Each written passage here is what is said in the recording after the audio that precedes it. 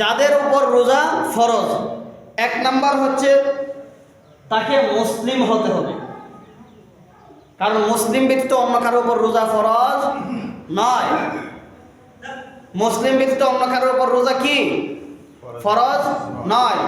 2 নম্বর, আকেল হতে হবে, মানে জ্ঞান সম্পন্ন হতে হবে। কেন? কারণ পাগলের উপর রোজা ফরজ নয়।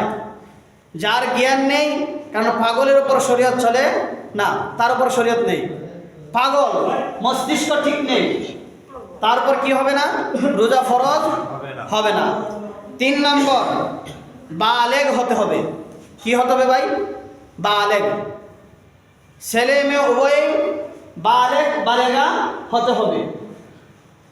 নাবালক যারা, ছোট বাচ্চা যারা, তাদেরকে আপনি প্র্যাকটিস করানোর জন্য বা অভ্যস্ত করার জন্য বা অভ্যাস করানোর জন্য রোজা রাখাতে পারেন, কিন্তু তাদের উপর ফরজ নয়। তাহলে 3 নম্বর শর্ত কি? তাকে বালেগ বা বালেগা হতে হবে। 4 নম্বর, মুকিম হতে হবে। মুকিম মানে কি?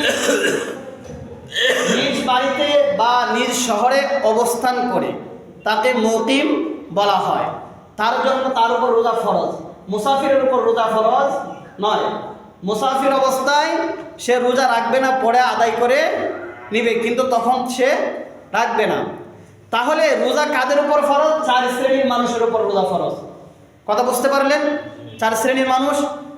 আবার সংক্ষেপে বলে নেই। 1, মুসলিম হতে হবে।